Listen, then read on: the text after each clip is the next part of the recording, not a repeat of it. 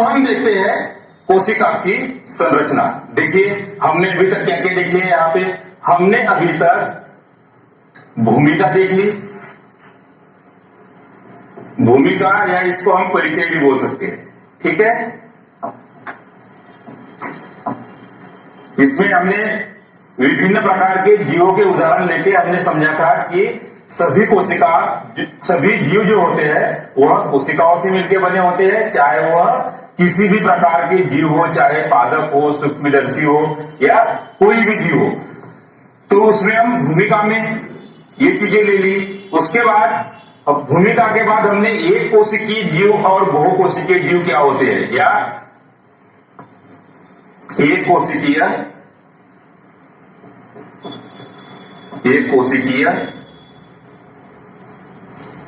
जीव व बहुकोशिकीय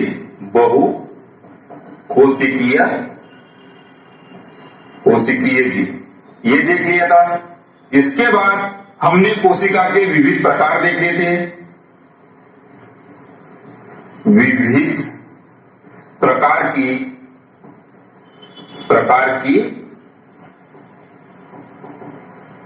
कोशिकाएं या कोशिका में विविधताएं देख ली थी, ठीक है। कोशिकाओं में विविधता या विविध प्रकार की कोशिका। हमने इसमें इनके आकार देख लिए थे, हमने इनकी आकृति देख ली थी और हमने संख्या भी देख ली थी कि किस प्रकार से कोशिका का आकार अलग अलग जीवों में होता है, उनकी आकृति कैसे होती है, साइज और आकृति की सारी चीजें। उसके बाद उनकी संख्या के बारे में देख लिया था कि कोशिकाएं जो होती है वह अलग अलग जीवों में उनकी संख्या जो होती है वह अलग अलग प्रकार की होती है। छोटे जीव में कम होगी, बड़े जीव में अधिक होगी।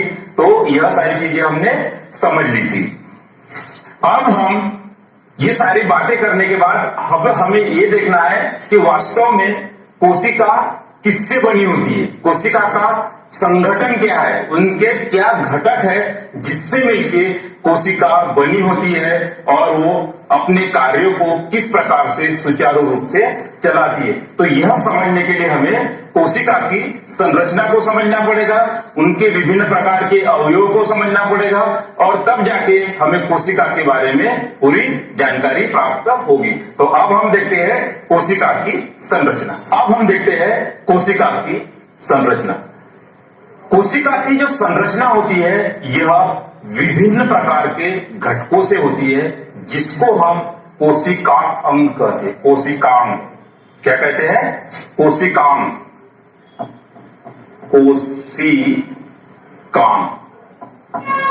और यह कोशिकांग जो होते हैं यह कोशिका के अंदर विभिन्न या विशिष्ट कार्यों को करने में सक्षम होते हैं। इन कोशिकांगों के कारण ही कोशिका जो होती है वह एक जीवित संरचना होती है। और यदि हम कोशिका को माइक्रोस्कोप में देखते हैं तो हम सुगमता की दृष्टि से इनको हम कोशिका को 3 भागों में प्रमुख बांट सकते हैं। नंबर 1 जो होता है वह कोशिका झिल्ली, कोशिका झिल्ली या इसको हम बोलते हैं प्लेज्मा मेम्ब्रेन, प्लेज्मा मेम्ब्रेन। दूसरी इसमें होता है कोशिका द्रव्य, कोशिका द्रव्य जिसको हम साइटोप्लाज्म कहते हैं। तीसरा होता है इसमें केंद्रक। यह 3 प्रमुख भाग होते हैं कोशिका के। यदि पादप कोशिका है तो कोशिका झिल्ली या प्लाज्मा मेम्ब्रेन के ऊपर और एक झिल्ली और एक मोटी लेयर होती है जिसको हम सेल वॉल या कोशिका भित्ति कहते हैं। कोशिका द्रव के अंदर और भी कोशिका अंग पाए जाते हैं, कोशिकांग। यह कोशिका अंग कौन से होते हैं? यह कोशिका अंग जैसे माइटोकॉन्ड्रिया होते हैं, राइबोसोम होते हैं, लाइसोसोम होते हैं, एंडोप्लाज्मिक रेटिकुलम होते हैं, प्लास्टिड होते हैं, इसके अलावा क्लोरोप्लास्ट होते हैं, इसके अलावा सेंट्रोसोम होते हैं। तो यह विभिन्न प्रकार के कोशिकांग होते हैं और हर कोशिका अंग का एक विशिष्ट कार्य होता है और इन विशिष्ट कार्यों के कारण ही कोशिका जो है वह हमारे जीवन की मौलिक इकाई होती है, क्योंकि हर कोशिका अंग का एक विशिष्ट कार्य होता है और वह इस प्रकार से एक पूरे कार्य को या एक पूरे जीवन संबंधित जो हमारे शरीर में कार्य होते हैं वह एक कोशिका के अंदर भी होते हैं। इसलिए तो एक कोशिकीय जीव में सारे कार्य एक कोशिका के द्वारा होते हैं, जबकि बहुकोशिकीय में हमने समझ लिया था कि कोशिकाएं समूहों में होकर कामों को बांट लेती है, जिसको हम कोशिका का श्रम विभाजन कहते हैं। हमें यहाँ पे सिर्फ कोशिका की संरचना हमें देखनी है। हम यहाँ पे कोशिका की संरचना के अंतर्गत हम एक वेल डेवलप्ड कोशिका या जिसको हम सुविकसित प्रकार की कोशिका कहते हैं उसका हम यहाँ पे एक डायग्राम बनाएंगे। उस डायग्राम में कोशिका अंग किस प्रकार से अरेंज रहते हैं, केंद्रक, उसकी प्लाज्मा झिल्ली, उसको समझेंगे। साथ ही साथ यहाँ पे हम यूकेरियोटिक कोशिका में पादप कोशिका को भी ले लेंगे, क्योंकि दोनों भी क्या है, यूकेरियोटिक है, लेकिन दोनों में तब भी कुछ न कुछ असमानताएं हैं। क्या अंतर है उसको यहाँ हमें समझने में दोनों में आसानी हो जाएगी। तो दोनों संरचनाओं का हम डायग्राम बना के हम उसको समझते हैं कि किस प्रकार से ये कोशिका अंग दोनों में पाए जाते हैं। अब बनाते हैं हम डायग्राम। अब हम डायग्राम की सहायता से यूकेरियोटिक कोशिका को यहाँ पे उसका चित्र बनाते हैं और उसके बाद उसको एक एक कोशिका अंग को उसमें समझते हैं, उसकी स्थिति क्या है और उसकी किस प्रकार से कोशिका के अंदर उसकी स्थिति रहती है। तो हम यहाँ पे यूकेरियोटिक कोशिका में दो कोशिकाओं को यहाँ पे ड्रॉ करेंगे, एक जंतु कोशिका और एक पादप कोशिका। इसको मैं कह सकता हूं कि यह सुविकसित प्रकार की कोशिका है। इसमें कोशिका अंग उपस्थित होते हैं तथा झिल्ली युक्त पाए जाते हैं। तो हम इसको ड्रॉ करते हैं। एक तरफ में जंतु कोशिका और एक तरफ हम पादप कोशिका का डायग्राम बनाते हैं।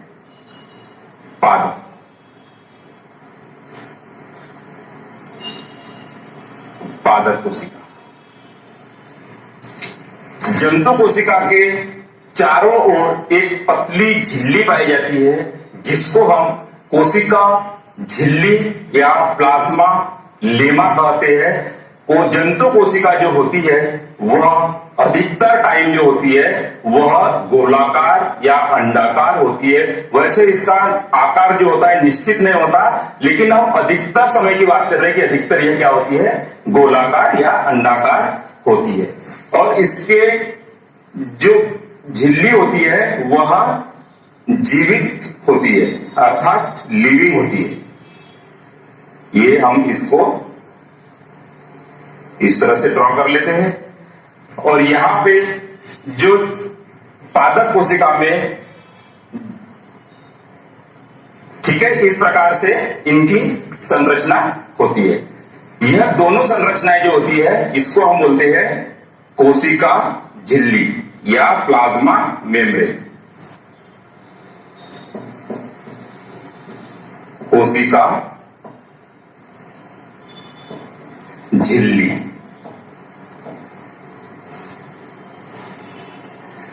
यह कोशिका झिल्ली जो होती है कोशिका तथा कोशिका के अंदर के जो कोशिका अंग होते हैं उनको बाह्य वातावरण से यह अलग रखने का काम करती है। दोनों की हम यहाँ पे बात कर रहे हैं कि दोनों का काम क्या होता है, बाह्य वातावरण से कोशिका को अलग रखना।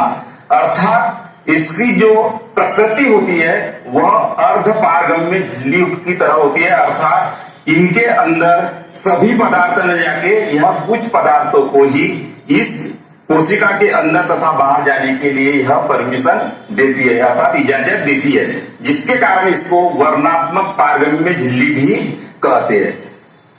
कोशिका के अंदर कोई भी पदार्थ इस झिल्ली से होते हुए ही आता है, चाहे पानी हो, चाहे खनिज लवण हो, या ऑक्सीजन हो या कार्बन डाइऑक्साइड हो, यह सभी पदार्थ कोशिका के लिए अति आवश्यक होते हैं और इनका आवागमन जो होता है इस कोशिका झिल्ली के माध्यम से ही होता है। अर्थात सभी पदार्थ न जाके कुछ पदार्थों को ही यह अंदर तथा बाहर जाने में मदद करती है, इसलिए इसको वर्णनात्मक पारगम्य झिल्ली भी हम कहते हैं। चीज क्लियर हो रही है कि यह वर्णनात्मक पारगम्य झिल्ली होती है। सिलेक्टिव परमेबल मेम्ब्रेन इसको इंग्लिश में कहते हैं। क्योंकि यह सभी पदार्थों को बाहर जाने आने से परमिशन नहीं देती, बल्कि कुछ पदार्थों को यह कोशिका के अंदर तथा बाहर जाने देती है।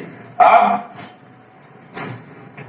पादप कोशिका में कोशिका झिल्ली के ऊपर और एक संरचना पाई जाती है जिसको हम कोशिका भित्ति कहते हैं। इसको क्या कहते हैं हम? कोशिका भित्ति, जो कि काफी कठोर होती है तथा कोशिका को एक संरचनात्मक आवरण भी प्रदान करती है। अर्थात यह यांत्रिक सहारा प्रदान करने के साथ साथ ही कोशिका को रक्षात्मक कवच प्रदान करती है। इसी कारण कोशिका, पादप कोशिका का जो आकार होता है वह लगभग निश्चित होता है।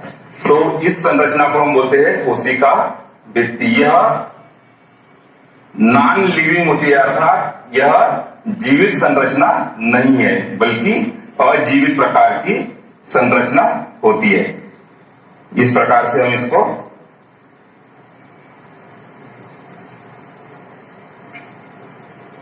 यह है कोशिका भित्ति। कोशिका भित्ति।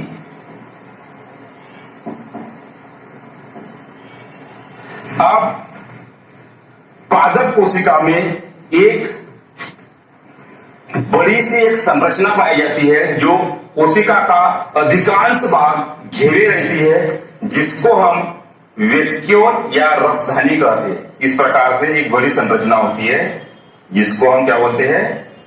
वैक्यूल या रसधानी। इंग्लिश में इसको वैक्यूल बोलते हैं और हिंदी में इसको हम रसधानी कहते हैं। इसको हम वैक्यूल।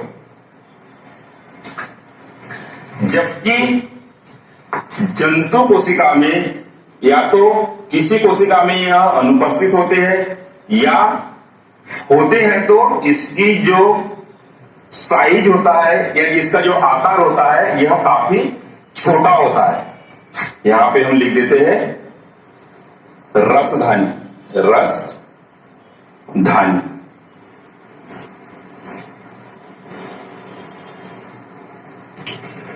तो अब कोशिका के अंदर जो पूरा भाग पाया जाता है इसको बोलते हैं हम कोशिका द्रव्य। कोशिका द्रव्य। और ये सारी संरचनाएं होती है यह कोशिका द्रव्य में ही पाई जाती है। यहां हम लिख देते हैं कोशिका द्रव। कोशिका द्रव दोनों में भी पाया जाता है, जंतु में भी और पादप कोशिका में भी। अब जंतु कोशिका में केंद्र में एक गोलाकार संरचना पाई जाती है जिसको कि हम केंद्रक कहते हैं। जंतु कोशिका में हम अधिकतर भाग को घेरे रहती है। यह संरचना जो होती है यह डबल लेयर होती है और इसके बीच बीच में छिद्र पाए जाते हैं जिसको हम केंद्रक छिद्र के नाम से भी जानते हैं। इस प्रकार यह दोहरी झिल्ली वाली यह संरचना होती है। इस प्रकार से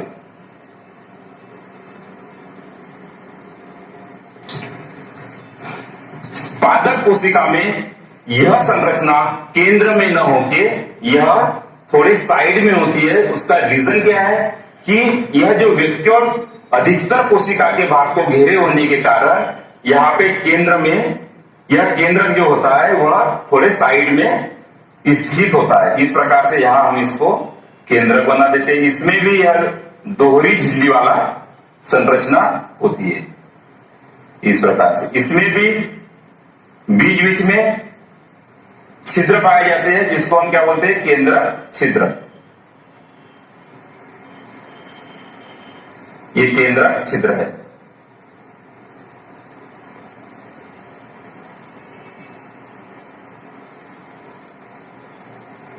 ठीक